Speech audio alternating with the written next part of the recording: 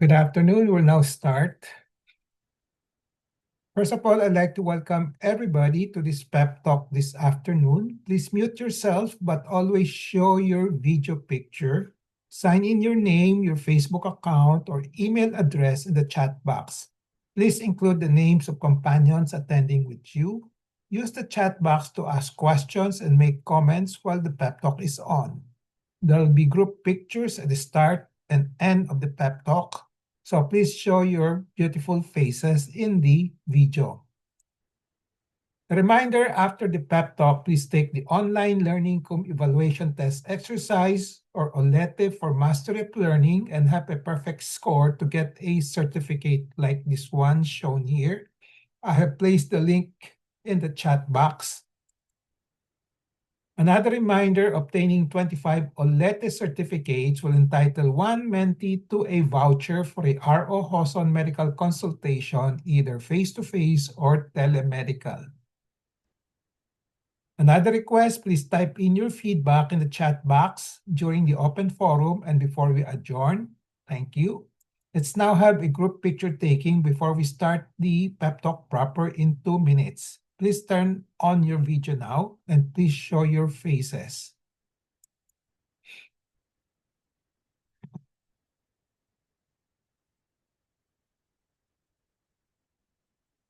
Okay.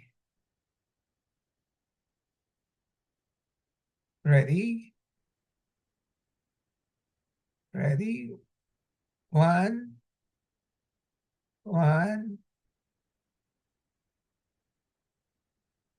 Okay, 1, 2, 3.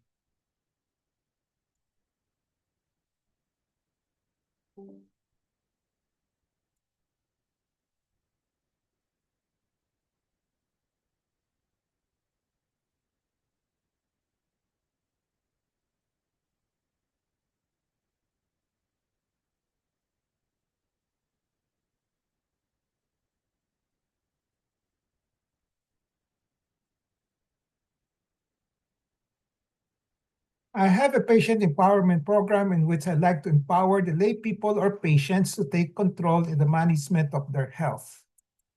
I started the pep talk on May 15, 2021 during the COVID-19 pandemic.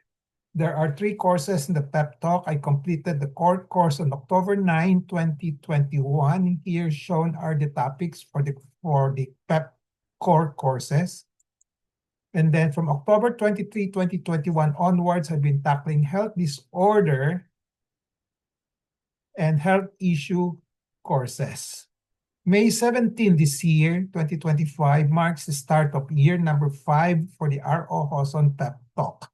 How long the pep talk will last will depend on our enthusiasm, discipline, and perseverance. My pep talk today is entitled Patient Story, TLT. TLT stands for Tell, Learn, and Teach. The main title will be the breast ultrasound, mass or no mass.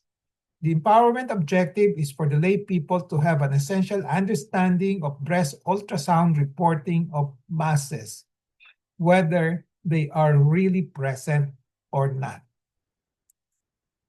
The contents of this particular pep talk will be the following. I'll first tell a story and then I will give you some pointers on the learn and teach. Okay?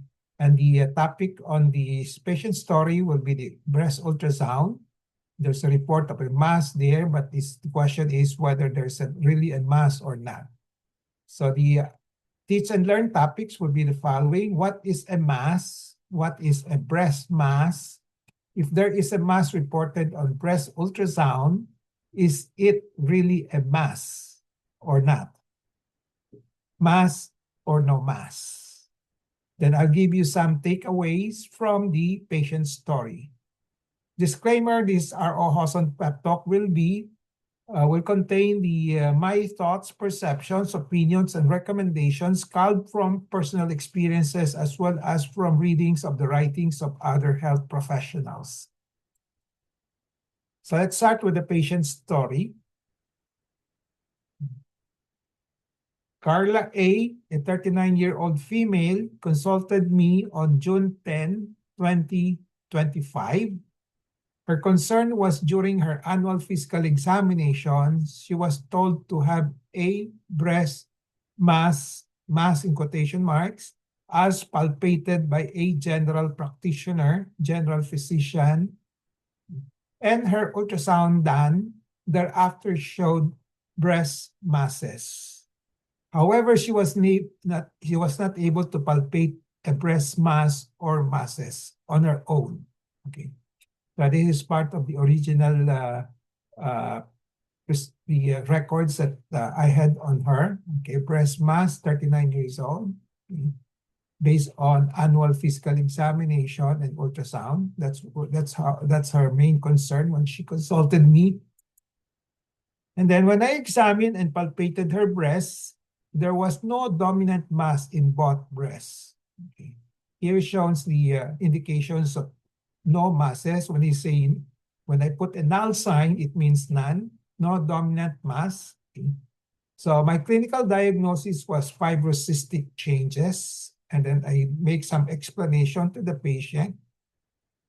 For fibrocystic changes, the surface is irregular, not smooth, no, but there is no dominant mass. If there's a dominant mass, which means that one that stands out among the rest of the breast tissues, that's a dominant mass, then most likely there is a mass and it is a red flag. Okay. When it's a red flag, it's still subject to further evaluation. It can be a cancer or not cancer. Okay. So my diagnosis, since I was not able to palpate any dominant mass, my diagnosis automatically became fibrocystic changes. So the breast ultrasound brought to me by the patient reported a 2.5 and here 2.5 and 1.75, okay, a total of 4.25. That's big. At 9 o'clock position, okay, 9 o'clock position on the right breast.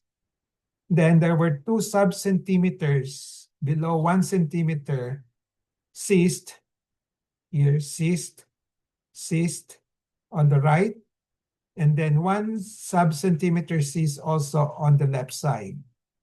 Okay. Okay.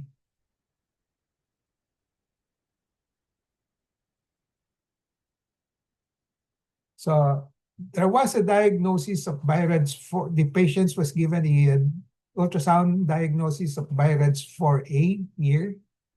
Okay. Low suspicion for malignancy. And then a FNA stands for fine needle aspiration biopsy is suggested for the solid nodule at 9 o'clock of the right breast. Okay.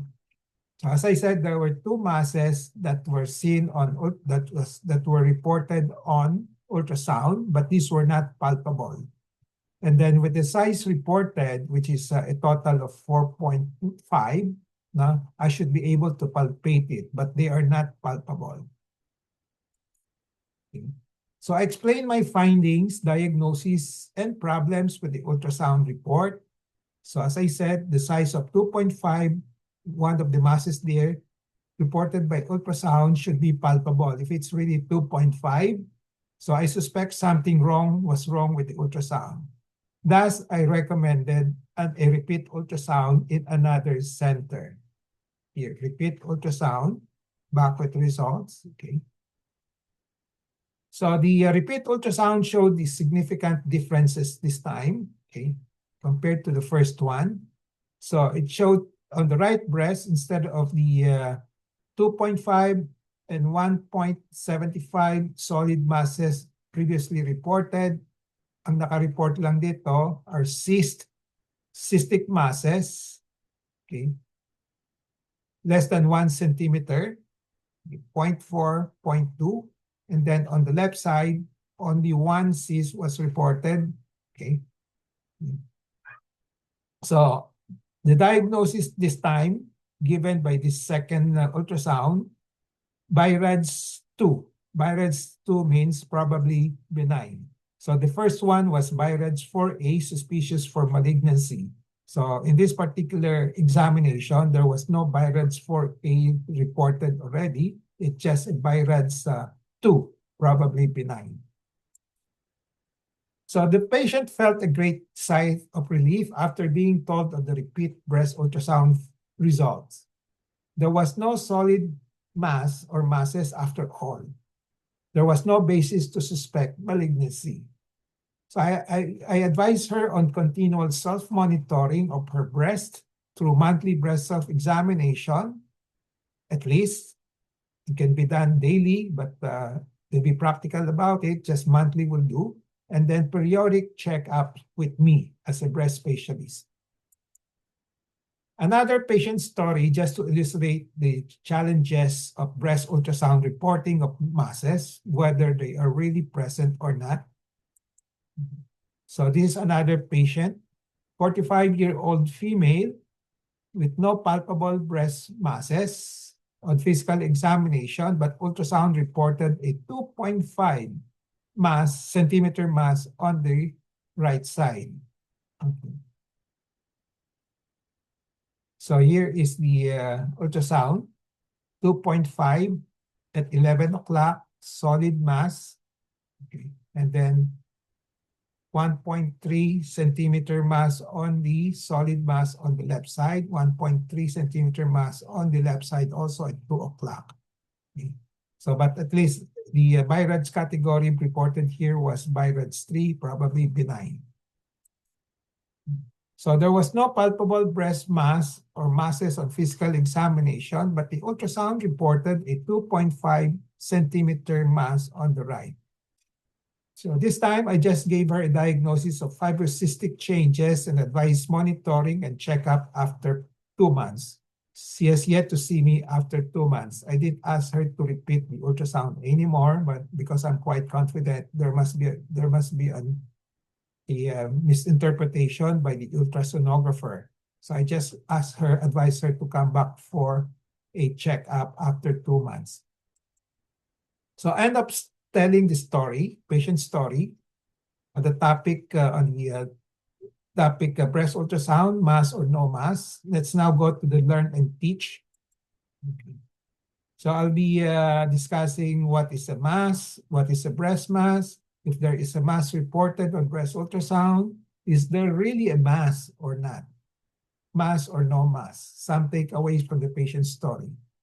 So in the learn and teach part of this patient's storytelling, I have to start with the concept and meaning of a mass before we go to discussing the presence or absence of masses on ultrasound, because there are a lot of confusion on the definition or perception of a mass. So what is a mass?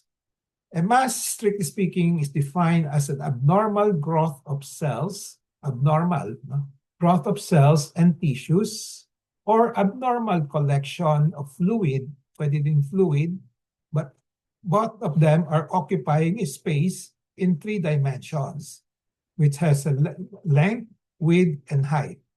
Okay. So pwedeng cells and tissues, which usually present as a solid mass, and then the other one possibility is a collection of fluid. But the bottom line here, it's occupying a space in 3 dimensions. A mass is the same as a lump or bukol in local parlance, bukol. Mass is more medical and formal than lump. When you say pwedeng lump, pwedeng mass, pero mass is more medical. Lump is more of a layman's term. And then bukol is, of course, is a Filipino term, bukol.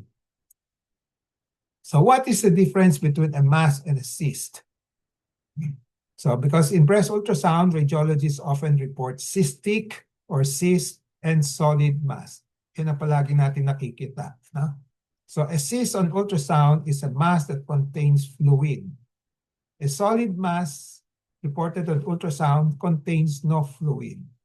A complex mass is combined cystic and solid.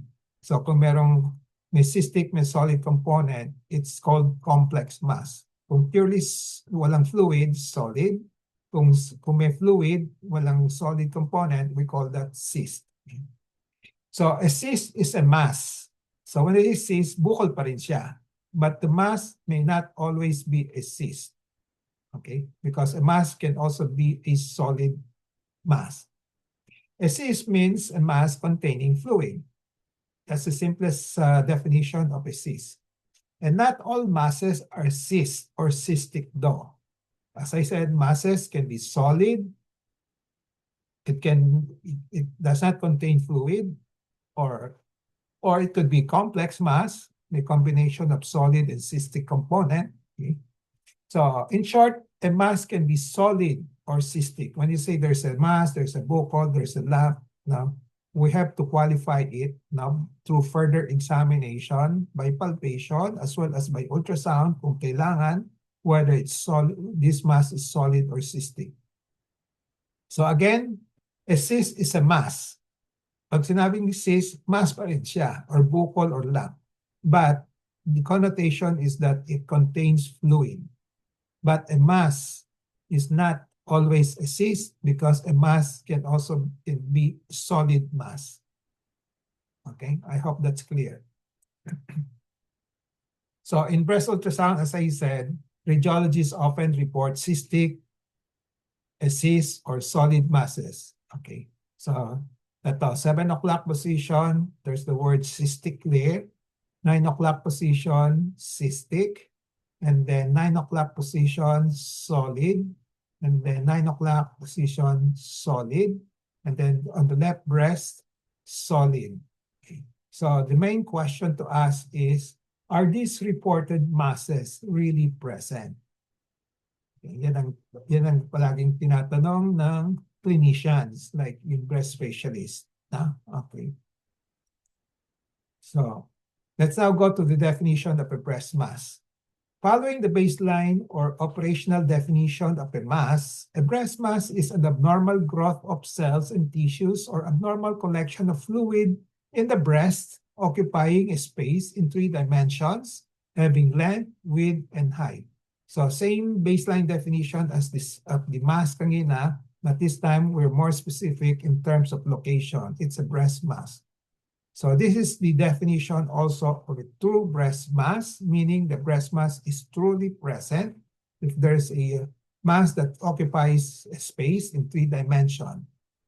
So examples of true breast masses will be breast cancers, fibroadenomas, macrocysts, malaking cyst na palpable, no, na may fluid lang, microcysts, na hindi siya palpable, pero meron on ultrasound. Okay. Breast abscesses, may mga nana presenting as a buccal. Then another type of not cancer tumor, phylloides tumor. Okay. So these are the more common breast masses that we see in practice. Now, what is a false breast mass? Hindi totoong breast mass. A false breast mass is equivalent to saying there's no real breast mass present, either by palpation or by ultrasound. So on palpation, a false breast mass or a finding on the breast that can be mistaken for a breast mass could be a swelling sa kapalangan, may parang namamagalang, may prominence, mas maumbok lang, irregular breast surface, or indurated tissues. Medyo matigas-tigas lang ang konti, pero wala yung 3 dimensions. Okay?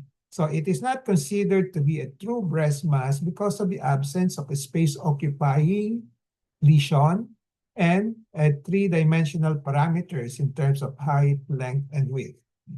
So a false breast mass just appears or mimic a true breast mass. So pag sinabing may breast mass, o hindi naman talagang breast mass, so we call that a false breast mass. Parang may breast mass lang. So there could be an error in the reporting as a mass, okay? And there is no breast mass in the end after all. Okay? Then that's what we call false breast mass. Okay? What is a true and what is a false breast mass on palpation? Sa kapa. I'll talk about on ultrasound. This one, kapa muna. On palpation, one has to know how to differentiate a true breast mass from a false breast mass. A guide in how to differentiate the two on palpation is to look for the so-called dominant mass. which I already presented earlier. Let me repeat. The presence of a dominant mass is usually considered as a true breast mass. It is usually considered, but not 100% correct all the time. There's no such thing as 100% perfection in medicine. Okay? And its presence is considered, if present, in dominant mass, it's a red flag, which needs more assessment or evaluation. Okay? It doesn't automatically mean cancer. It can still be benign, kaya lang kailangan masurian pa ng gusto. So, here is a demo and illustrations of a dominant mass. So this is a dominant mass is usually considered as a true mass, one that stands out from the surrounding breast tissues. A lumpy breast, kadalasan may mga lumpy breast sa mga babae because of age, because of hormonal changes, because of pregnancy, because of the monthly menstruation. So the lumpy breast tissue surface may be mistaken for a true breast lump, especially if the person does not know how to palpate. The tip here is to use the flat of the finger. Do not use the tips of the fingers, because if you use the tips of the fingers to palpate the breast, yung mga malilit na yung mga bako-bako rito, you will mistake it for a dominant mass. So use the flats of the fingers first. If you don't feel anything like this using the flats of the fingers, then the answer is that there is most likely no dominant mass. So it will be fibrocystic changes or lumpy breast lump. So on ultrasound naman, a false breast mass or a finding on the breast that can be mistaken for a breast mass could be a wrong interpretation by the radiologist. No? Kasi depende sa, just like in physical examination, depende sa kumakapa, no? By the doctor. Different doctors will have different expertise, competency also. Iba-iba, no? Okay. Mga pasyente rin, when you palpate, iba-iba rin yung competency. So, pwedeng sabihin meron, pero wala. Meron, wala, pero meron, no? Okay. So, dito sa ultrasound naman, it could be due to the wrong interpretation by the radiologist doing it at the time or the wrong use of the term mass. Okay. So yung mass niya, baka hindi naman the usual connotation that we have with the clinician. It's a three-dimensional mass. Okay? So they use it parang on other basis because of sound waves character. So may ganong characteristic findings on the ultrasound using sound waves, sasabihin nila, mass na yan. Na? Okay. So it is not considered to be a true breast mass because of the absence of space-occupying lesion and 3D parameters. As I said, when they call it a breast mass pero wala talaga, we can say it just mimics a true breast mass. And there was an error in reporting as a mass. So in reality, there is no breast mass after all. Ultrasonographers report masses as cystic and solid. I told you earlier this one. When cystic masses are reported, they are usually correct. Mas madaling ma-recognize yung cystic kasi fluid. Okay? When solid masses are reported, they may be correct or erroneous. Dito kadalasan yung mga question. Okay? Is it talaga bang meron or wala? Or it's reported as a mass pero hindi man talagang mass based on the definition of the clinicians. No? So the best gauge that a true mass identified on ultrasound is really present is when it is palpable on physical examination. Kung nakakapa ng clinicians may bukol at sinabi sa ultrasound may bukol, most likely meron na yan. But you have to remember the caveat is that not all solid masses are palpable. So may mga solid masses on ultrasound pero too small, talagang meron pero hindi rin nakakapa. Okay? As I said, only bigger ones, usually more than 1 centimeter can be palpated. So pag yung bukol ay nakakapa at na-report ng may bukol sa ultrasound, most likely 99% meron siya.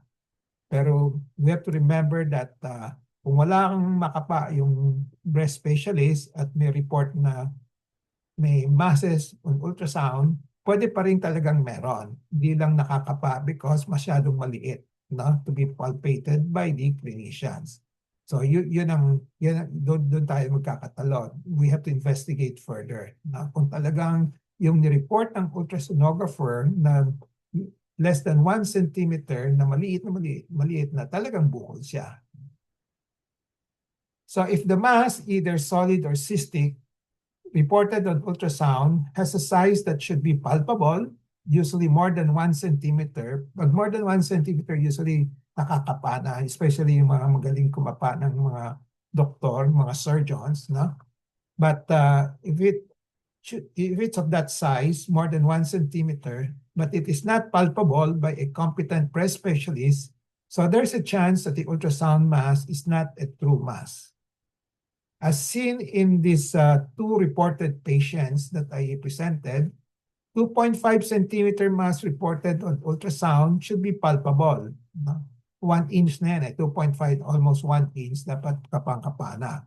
If it's not palpable, then there's something wrong with the ultrasound report or baka iba yung meaning ng ultrasonographer as to the term they called mass. Baka hindi naman talagang bukol based on the definition of the mass by the clinicians.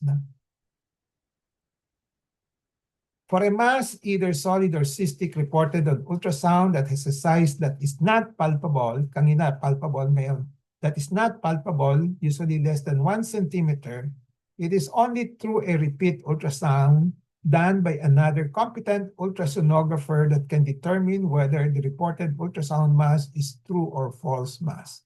So this is one of the strategy. Kung di makapa at sinabi ng ultrasonographer may bukol, pag solid, pag cystic, okay lang. You don't have to repeat that. Wala naman kasi benign naman yan. Pag may solid siya at pag sinabi niyang BI-RADS 4, then it's recommended that another ultrasound be done just to check whether the mass reported previously is really a true mass or false mass.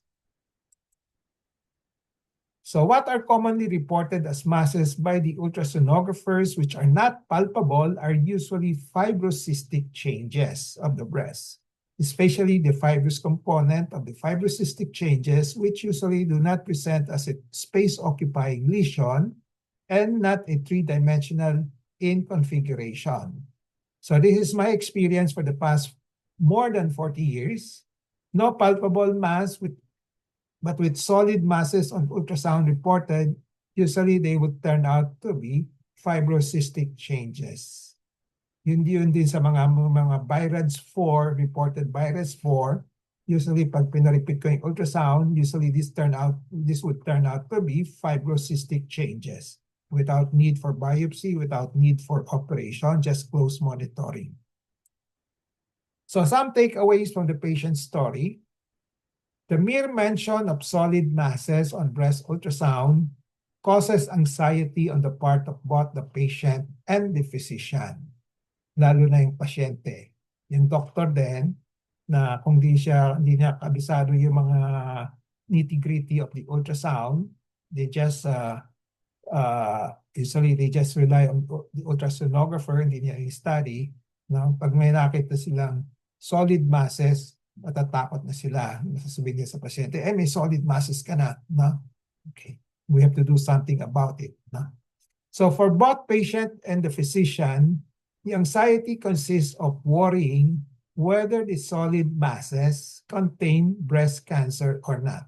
So yan ang pinaka-basic concern ng pag merong solid masses. May cancer ba siya or wala?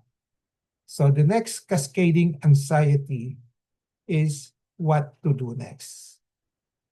Problem-solving, decision-making na ito. No? Okay, what to do next pag may solid masses. Okay.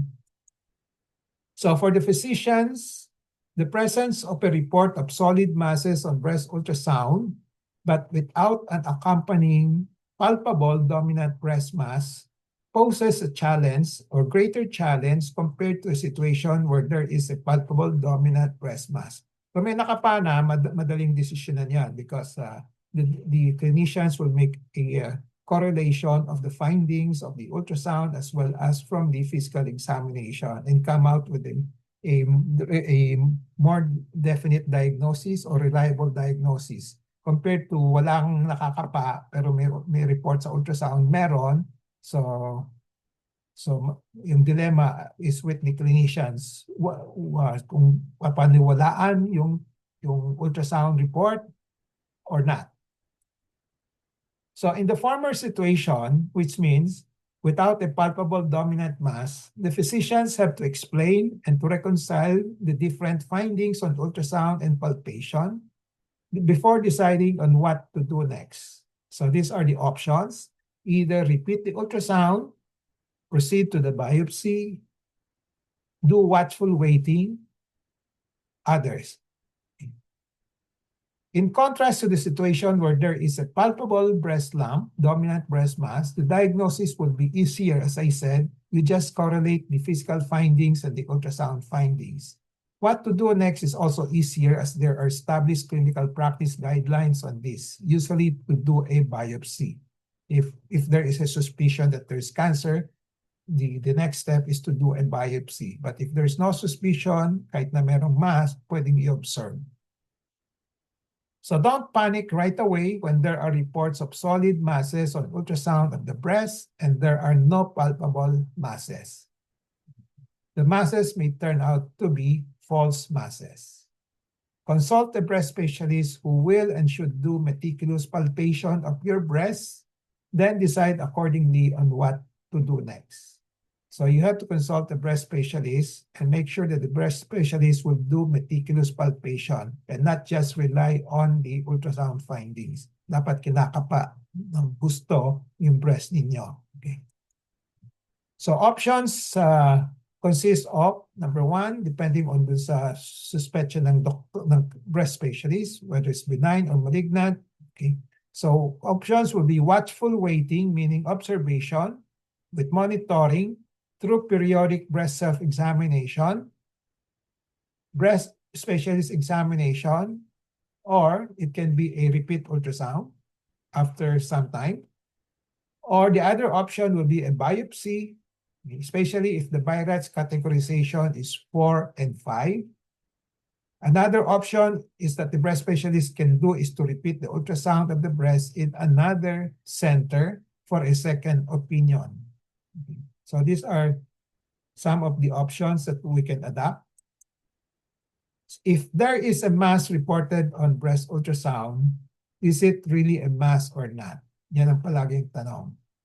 There must be a concomitant or accompanied meticulous palpation of the breast by a breast specialist. If the mass reported on ultrasound can also be palpated, then talagang may bukol. Wag nakakapana. No? If the mass reported on ultrasound is of a size that should be palpable by the breast specialist, but it's not palpable, then something's wrong with the ultrasound or ultrasound report. So options on what to do next: repeat the ultrasound in another institution, second opinion, observe and monitor with monthly breast self-exam by the patient and periodic check by the breast specialist. So this was what I did on the second patient. In first patient, inulit namin. No? Okay, because BI-RADS 4 ang report, ang naka-report. Yung sa second one, BI-RADS 3, kaya pinapa-observe ko lang. So, if the mass reported on ultrasound is of a size that cannot be palpable by the breast specialist, such as less than 1 centimeter in size, and if the BI-RADS is reported as suspicious for malignancy, okay, BI-RADS 4, usually, suspicious for malignancy, at least 4 or 5, then repeat the ultrasound in another institution. Then decide what to do next after the repeat ultrasound. If the mass reported on ultrasound is of a size that cannot be palpable by the breast specialist, such as sub-centimeter in size, but the BI-RADS reported is BI-RADS 3 or 2 of 3, probably benign. No, you just observe and monitor with monthly breast self-exam by patient and periodic check by the breast specialist. May repeat the ultrasound after 6 months to 1 year. depending on the situations. So I think that's the end of that's the last slide for the main learn and teach summary and takeaway. I have told the story about two patients. Okay. And then I have explained what is a mass, a breast mass. If there is a mass reported on breast ultrasound, is it really a mass or not a mass? So I have given you some takeaways from the patient's story. Takeaway in relation to patient empowerment, be always in touch with reliable medical information on true and false masses on breast ultrasound. Knowledge is power, it gives power. Use the 4Ks of patient empowerment: kaalaman, kakayanan, karapatan, and kapangyarihan to gain greater control over decisions and make better decisions on management of masses reported on breast ultrasound as part of your health management. This ends my pep talk today. I hope I have empowered you to have an essential understanding of breast ultrasound reporting of masses, whether they are really present or not. Before we go to the question and answer portion, reminder, please take the online learning CUM evaluation test exercise for mastery of learning and have a perfect score to get a certificate like this one shown here. I have placed the link in the chat box. Another reminder, obtaining 25 OLETE certificates will entitle one mentee to a voucher for a RO Hoson medical consultation, either face-to-face or telemedical. And then another request, type in your feedback in the chat box during the open forum and before we adjourn. So let's now have a group picture taking before we start the Q&A and interaction. Please show your face on the video now.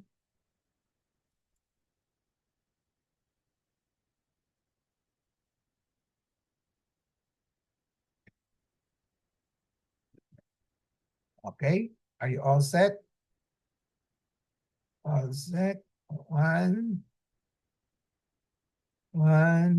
two, three.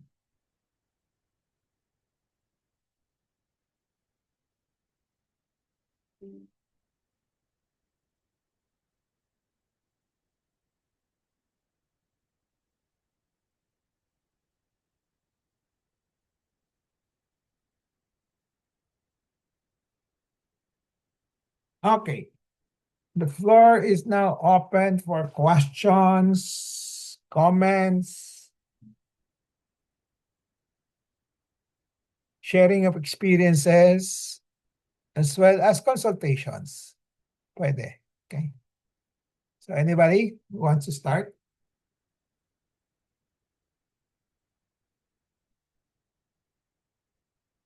Sino pang walang breast ultrasound before?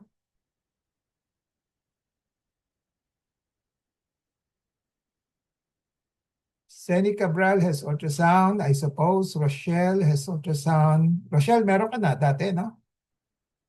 Po, Doc, meron na po. Okay. Okay. Si Ledesma has ultrasound lately. Charlita Sumilay, may ultrasound ka na dati? Meron ka experience with ultrasound of the breast? Christy, okay. Charlita, meron? Na-ultrasound ka na, Charlita Sumilay? Yes po, Doc. Okay. So, good experience, bad experience? Okay lang naman, Doc, kasi wala namang nakita ang ano. Wala Okay. naman daw silang nakita. Okay. So, make sure talagang wala, ha? Opo. Kakapain mo rin, ha? Pero kasi pag sinabing wala, pwede din mali yun, ha? So, kakapain mo pa rin, ha? Kung talagang wala kang nakakapa, tama sila. Okay? Opo. Good. Okay. So, Christy. Christy, may ultrasound ka na, Christy?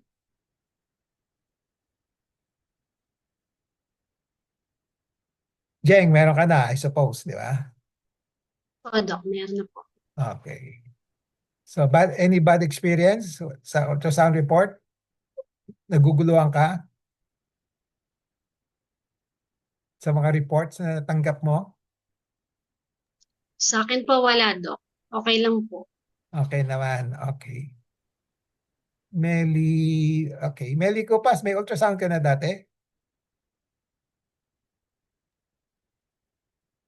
Yes, Ultrasound? Doc, yung sa ano po, Sa Doc, breast, yung ha? Sa breast, ha? Hindi sa thyroid, ha? Breast. wala pa po, Doc. Okay. So tandaan mo lang in the future, kung magkakaroon ka ng ultrasound, if you encounter some issues, you know how to handle, ha? Okay. Yes, Doc, yes po. Pero as a rule, I would suggest wag lang, pag di kailangan magpa-ultrasound, wag na rin. Kasi the more you do some tests, no? Okay, the more you are subjected to yung risk of false, Yes. maraming problema sa readings, no? Okay. Kung wala naman kayo na nakakapa, walang nararamdaman, no? Pwedeng wala na, no? Okay, observe lang, no? Kasi the moment yung mga tinatawag na check-up, ultrasound, kadalasan maraming makikita na false alarms. Kadalasan false alarms yon, no? Okay. May and I suppose meron ka na, no? And then, Po, Doc. maraming beses na, no? Anong experience mo sa ultrasound, May Ann? Accurate? Tama? So far? Apo. Okay. Ellen, Yes po, Doc, meron. meron. May ultrasound na po. Before the operation dati, no? Meron. Yes po, Doc. Okay. So tama sila, meron, no? Okay. So Therese Hoson, wala pa. Okay. Phoebe. Phoebe, may ultrasound ka ba before the operation, Phoebe? Nawala. Nawala si Phoebe. Abet, ikaw, may ultrasound ka na ng breast? None. None. Okay. So, okay. Anybody who wants to share their experiences, good or bad? Who wants to consult?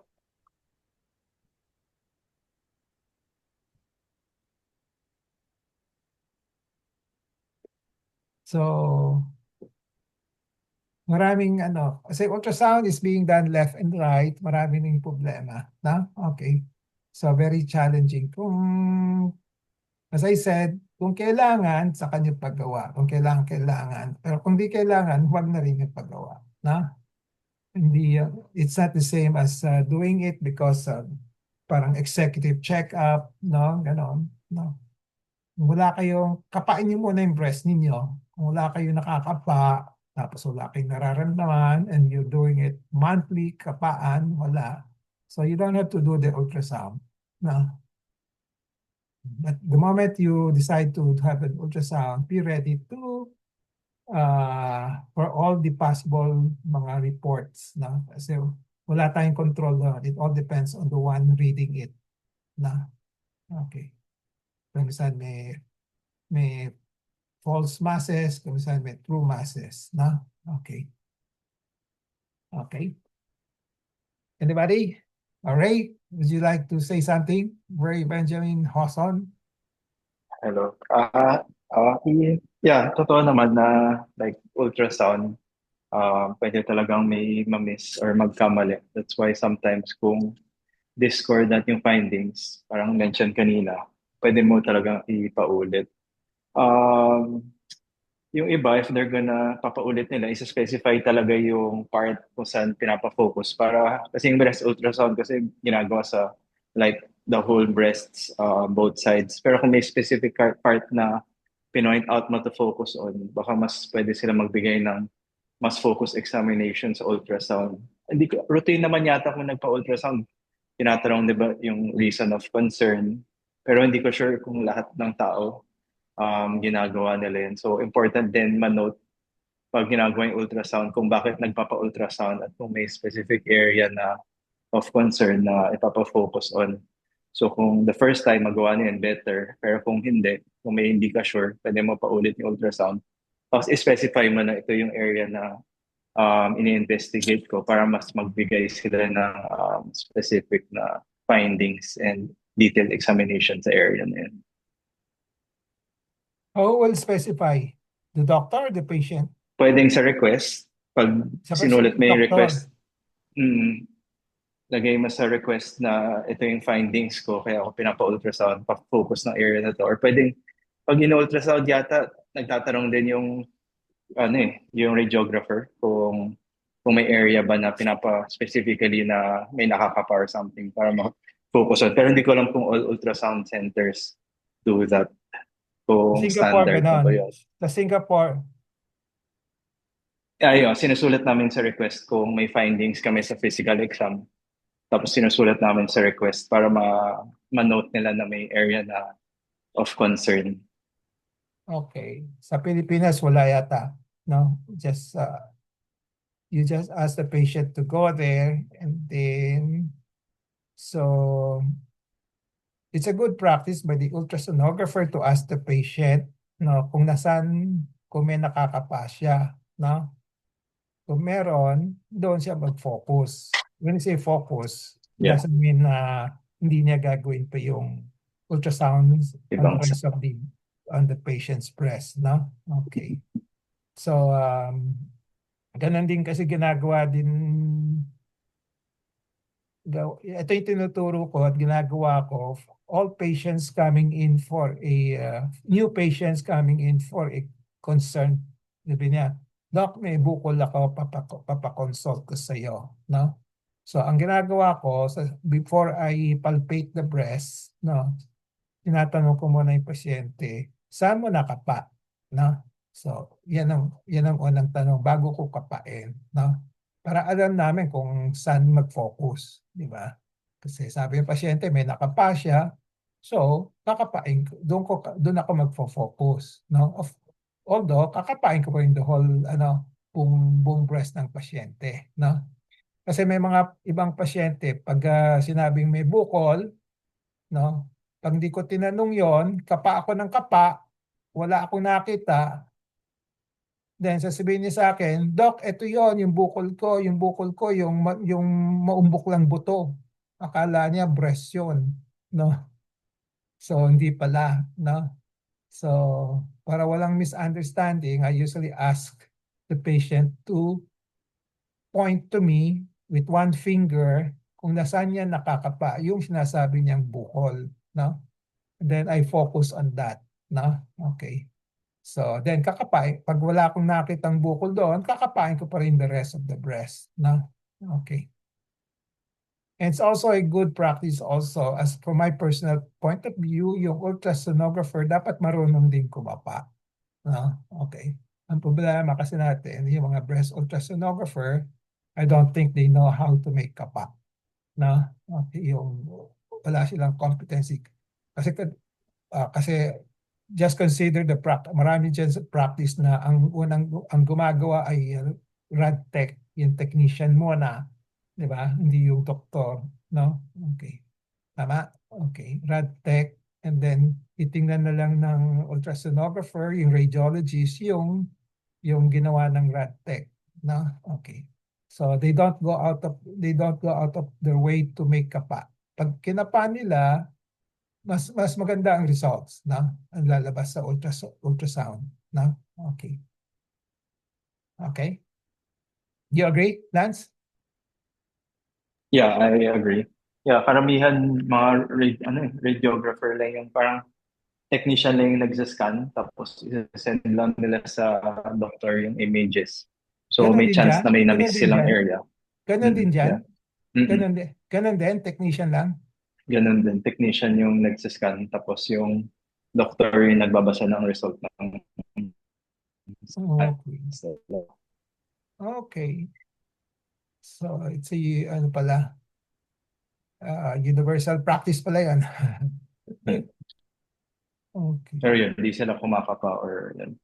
Unless i-specify mo na may area na ipapa-check mo, baka ma-miss din nila. Okay. Okay.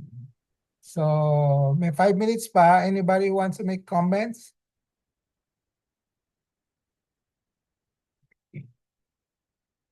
Wala na. Chona, would you like to share your experience? We invited Chona. Chona is here now. Andiyan pa ba si Chona?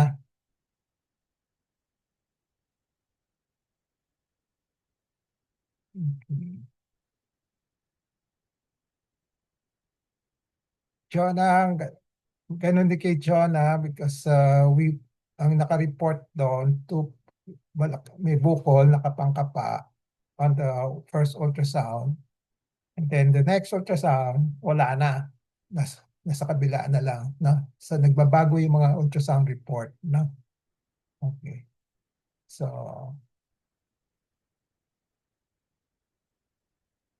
no more concern, no more consult. Phoebe, di kita, nasagot mo na yung tanong ko, Phoebe?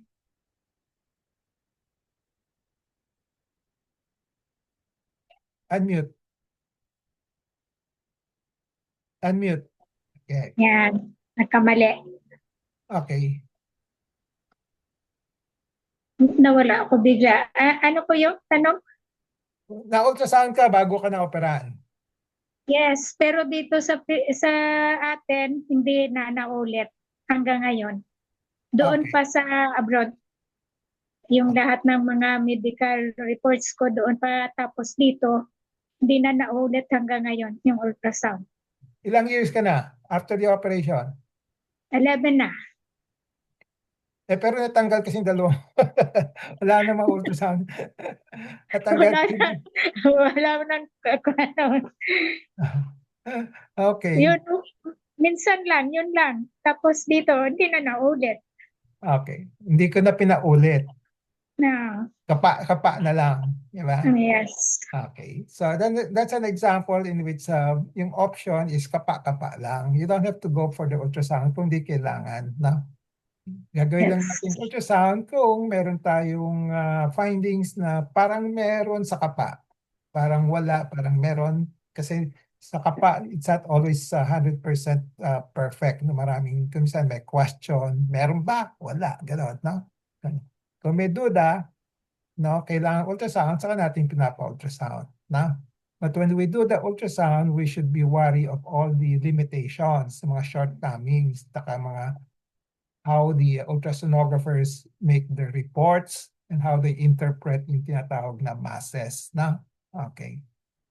Okay. Lana? Kung wala nang tanong, we will call it a day. So we'll see each other again next week. Na? Okay? Lana? Okay. Bye-bye. Thank you, Doc. Happy weekend. Welcome. Bye-bye. Thank you po, Thank Dok. you, Happy Dok. weekend po. Happy weekend. Salamat po, Dok. Salamat, Dok. Mhm.